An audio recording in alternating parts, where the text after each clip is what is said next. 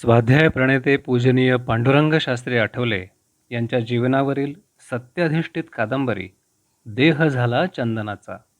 लेखक राजेंद्र खेर. वाचक स्वर राहुल सराफ. भाग 38.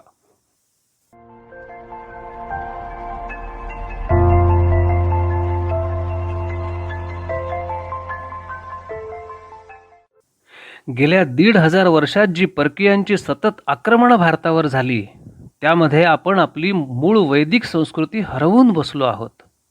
परकीयांनी आणलेली राज्यपद्धती इतकी आपल्या अंगवळणी पडली की त्यामध्ये आपली दैदिप्यमान राज्यव्यवस्था आपल्या विस्मृतीत गेली, त्यावर धूळ चढत गेली. ती धूळ झटकण्याचं काम. तेव्हा तात्या म्हणत होते, संस्कृतीचा प्रसार करणं हा त्यावर एकमेव उपाय आहे. ते काम तुला करायचं आहे. म्हणून अशा राजकीय चळवळीत तू पुन्हा पडू नकोस. पांडुरंग शास्त्री शांत राहिले. पार्वतीबाई त्यावेळी मिश्किलपणानं म्हणाल्या, याला आता एकच उपाय आहे, लग्न. पांडुरंग शास्त्रींनी कोणतंच मतप्रदर्शन केलं नाही. लग्नाचा प्रस्ताव पांडुरंग शास्त्रींपुढे मांडला तेव्हा त्यांना काही विशेष घडतंय असं मुळीच वाटलं नव्हतं. कारण लग्नासंबंधी सुद्धा त्यांचे काही निश्चित विचार होते. केवळ लग्नाचं वय झालं म्हणून ते मुळीच लग्नाला उभे राहिले नव्हते. त्यावेळी महर्षी कश्यपांचा आदर्श त्यांच्या डोळ्यांसमोर होता. कश्यपांनी अर्बुद पर्वताच्या परिसरात उग्र तप केलं होतं. तप म्हणजे एका पायावर उभं राहणं अथवा नाग धरून पायावर पाय चढवून बसणं नव्हे, तर मांगल्याकडे घेऊन जाणारं निश्चित ध्येय तप करणाऱ्या व्यक्तीजवळ असायला हवं. कश्यप ऋषींनी अर्बुद पर्वताच्या परिसरात राहणाऱ्या लोकांची जीवनं बदलली होती. जीवनाकडे बघण्याची खरी दृष्टी त्यांनी लोकांना दिली होती. या प्रभुकार्याची हानी होऊ नये म्हणून लग्न आवश्यक आहे असा विचार करून त्यांनी लग्न केलं होतं. अशा ऋषीमुनींचा आदर्श पांडुरंग शास्त्रींपुढे होता. त्यामुळे त्यांचा लग्नाला मुळीच विरोध नव्हता. फक्त आपली धाकटी भगिनी शांता हिचा विवाह आपल्या अगोदर व्हावा असं त्यांना मनापासून वाटायचं. परंतु वडीलधाऱ्या मंडळींच्या आग्रहापुढे त्यांचं काही चाललं नव्हतं. एके दिवशी त्यांच्याजवळ येऊन तात्यांनी म्हटलं होतं, पांडुरंग, हे एक चांगलं स्थळ आलंय. सरळ साधी माणसं दिसतात, आपल्याला हवी तशी. नाव काय म्हणालात? सिधये. हे सिधये कुटुंब रत्नागिरी जिल्ह्यातल्या गावखडी गावचं. पण मुलीचे वडील मुंबईला स्थायिक झाले आहेत. आपल्या गिरगावातल्याच केशवजी नाईक चाळीत राहतात. वडील कुठे असतात? शंकर बळवंत आणि कंपनी, ते कापडाचं दुकान नाही का आपल्या गिरगावातलं, तिथे नोकरीला आहेत. अतिशय गोड माणूस आहे, संपूर्ण समाधानी वृत्तीचा, अगदी जे मिळेल त्याच्यात आनंद मानणारा, तसाच निर्लोभी आहे. म्हणजे मुलगी तशीच असणार. आपल्या घरात ती सहज सामावून जाईल. मी स्वतः बघितली आहे ना तिला. मुलीचं वय काय? तोही योगायोग आहे बघ. पांडुरंग शास्त्रींनी प्रश्नार्थक मुद्रेनं त्यांच्याकडे बघितलं. तेव्हा तात्या उत्तरले, मुलीचा जन्म आणि आपल्या भगवद्गीता पाठशाळेचा मुहूर्त एकाच वर्षीचा, 1926 साल. पांडुरंग शास्त्री शांतपणानं तात्यांचं बोलणं ऐकत होते. म्हणजे मुलगी आता 17 वर्षांची आहे, तू 23 वर्षांचा. योग्य अंतर आहे. तू एकदा मुलगी बघून घे, म्हणजे मग पुढच्या गोष्टी ठरवता येतील. मला वाटतं सारं काही जमून येईल. त्या मंडळींनाही आपल्यामध्ये विशेष रस दिसतो. तात्यांचं म्हणणं खरं होतं. आपली मुलगी आठवले घराण्यासारख्या विद्याविभूषित घराण्यात पडावी असंच भाऊसाहेब सिधय्यांनाही वाटायचं. त्यांचा मुलगा आपल्या बहिणीसाठी डॉक्टर, इंजिनियर अशी स्थळं सुचवायचा. परंतु भाऊसाहेब सिधय्यांना ती पसंत पडायची नाहीत. पुरुषोत्तम शास्त्री फडके नावाचे त्यांचे एक विद्वान आणि विद्याविभूषित स्नेही होते. त्या पुरुषोत्तम शास्त्रींसारखा जावई त्यांना हवा होता. म्हणूनच पांडुरंग शास्त्रींमध्ये त्यांना विशेष रस होता. तात्या त्यांच्या घरी जाऊन मुलगी पाहून आले होते. त्यांनाही मुलगी पसंत पडली होती. म्हणूनच ते आता पांडुरंग शास्त्रींना मुलगी पाहण्याचा आग्रह करत होते. तात्यांची आज्ञा शिरसावंद्य मानून पांडुरंग शास्त्री यथावकाश सिधय्यांच्या घरी जाऊन आले. मुलगी दाखवण्याचा अनौपचारिक कार्यक्रम झाला. पांडुरंग शास्त्रींना बघितल्यावर भाऊसाहेब सिधये मनाशी म्हणत होते, हा फडके शास्त्रींसारखा हिरा आहे, यालाच मुलगी द्यायची. पांडुरंग शास्त्रींनाही मुलगी पसंत पडली. पुढच्या गोष्टी झटपट घडून आल्या. देण्याघेण्याचा प्रश्नच नव्हता. तात्या हुंड्या घेण्याच्या विरुद्ध होते. पूर्वीसुद्धा आठवले घराण्यात कुणीही हुंडा घेतलेला नव्हता. विना हुंडा लग्न ठरलं. रोह्याच्या दत्त मंदिरात लग्न लागावं एवढीच पांडुरंग शास्त्रींची इच्छा होती. त्या गोष्टीला भाऊसाहेब सिधयेंनी देखील कोणतीच हरकत घेतली नव्हती. उलट त्यांच्या कोकणातल्या नातेवाईकांनाही रोह्यात येणं सोयीचं जाणार होतं. विवाहस्थळ तेव्हाच निश्चित ठरल्यामुळे अल्पावधीतच लग्न उभं राहिलं. दोन्ही घरांमध्ये लगीनघाई सुरू झाली. मंडळींच्या उत्साहाला उधाण आलं. नर्मदाताईच्या लग्नानंतर घरात मंगलकार्य झालं नव्हतं. किंबहुना अण्णा आजींचा मृत्यू, नर्मदाताईचा अकाली मृत्यू, घैसासांकडे झालेल्या दुर्घटना असे दुःखद प्रसंगच आठवले घराण्यावर या कालावधीत ओढावले होते. पुष्कळ दिवसांनी हा मंगल प्रसंग आला होता. त्यामुळे घरात राहणारा प्रत्येकजण त्या मंगल वातावरणात उत्साहानं सहभागी झाला होता. तोच उत्साह गाठीशी बांधून सिधये आणि आठवले यांच्याकडील वऱ्हाडी मंडळी यथावकाश रोह्याला येऊन दाखल झाली होती. 3 मार्च 1944 या दिवशी रोह्याच्या दत्त मंदिरात पांडुरंग शास्त्री आणि निर्मलाताई यांचा विवाह यथासांग पार पडला. वधूवरांकडची पाहुणे मंडळी लग्न लागल्यावर आपापल्या घरी परतली होती. पांडुरंग शास्त्रींची घरची मंडळी मात्र 2 दिवस रोह्यातच थांबली. 2 दिवस नवदाम्पत्यानं तिथे मजेत घालवले. दोघांचं देवाला जाणं झालं. त्या 2 दिवसात आपल्या खापर पणजोबांची समाधी आणि इतर काही स्थळं पांडुरंग शास्त्रींनी निर्मलाताईंना दाखवली. निसर्गानं नटलेलं रोहेगाव, गावाभोवतीच्या डोंगर रांगा, बाजारपेठ, कुंडलिका नदी ही स्थळं पाहताना निर्मलाताईंचं मन मोहून गेलं होतं.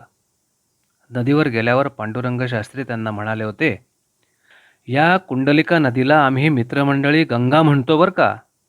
आम्हा विद्यार्थ्यांचं या गंगेवर फार प्रेम. रोज पहाटे आमचं गंगास्नान कधी चुकलं नाही बघ. निर्मलाताईंनी हलकेच विचारलं, रोज पोहणं व्हायचं का? हो, मी तर 12ही महिने पोहायचा. अगदी पावसाळ्यात नदीला पूर आला असताना देखील तो दगडी पूल दिसतोय ना, त्यावरून सरळ मी पुराच्या पाण्यात उडी ठोकायचा.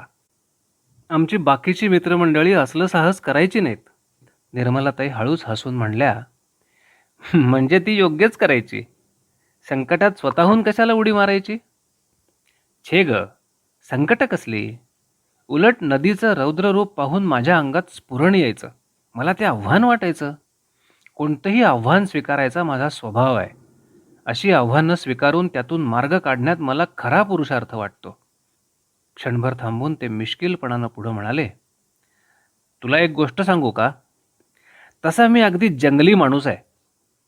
जंगली? हो, या डोंगर वनात वाढलेला. माझा आवाजही बघ कसा धारदार आणि तीक्ष्ण आहे. इश्श, हे काय बोलणं झालं? अगं, तुला लाजायला काय झालं? खरं तेच सांगतोय. आमचे तात्या म्हणजे तुझे मामंजीच म्हणतात, माझ्या या मुलाचा आवाज अतिशय धारदार आहे. अगदी मामा लोकांवर गेलाय. निर्मलाताई खुदकन हसल्या.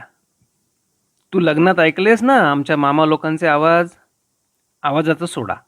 तर मी काय सांगत होतो, मी अगदी जंगली माणूस आहे.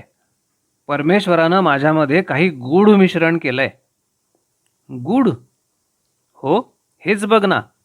मी संस्कृत विद्याविभूषित शास्त्री आहे, पण मी इंग्रजीसुद्धा उत्तम बोलू शकतो. मी बौद्धिक कार्य करतो, पण जोडीला बलोपासनाही करतो. कोणा शास्त्री पंडिताला नसेल अशी मला भटकण्याची आणि फिरण्याची फार हौस आहे. निसर्गाशी हितगुज करायला मला अतिशय आवडतं.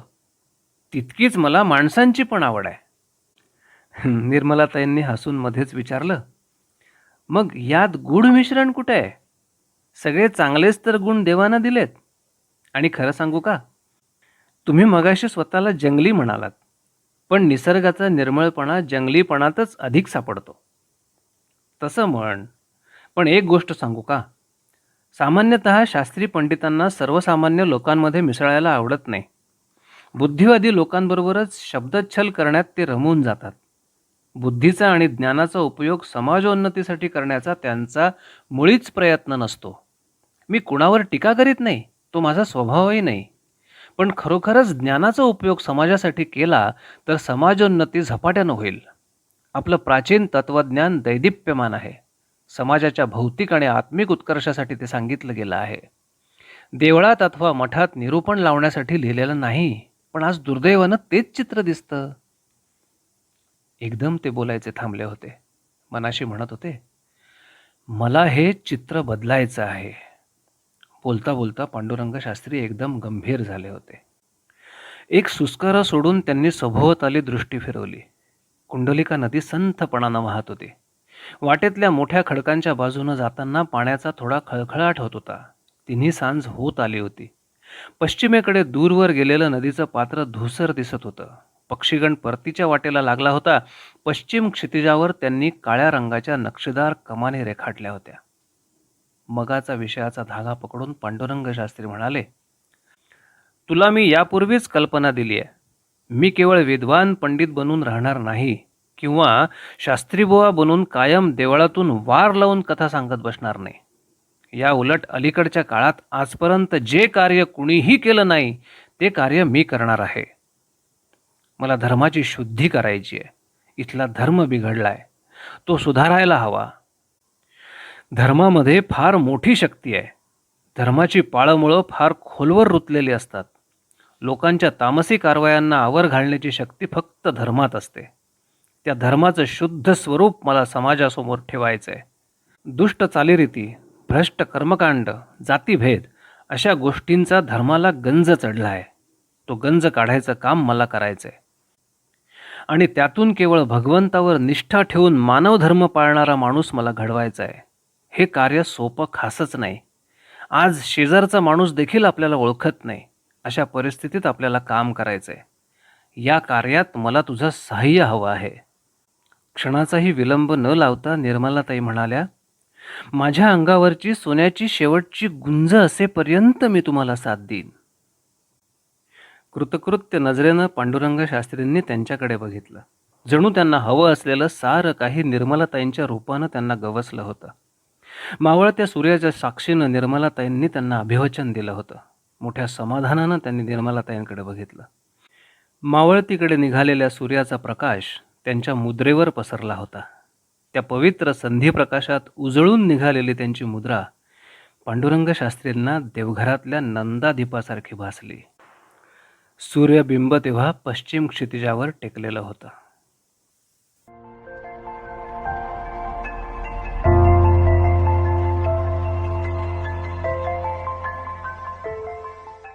देह झाला चंदनाचा. लेखक राजेंद्र खेर.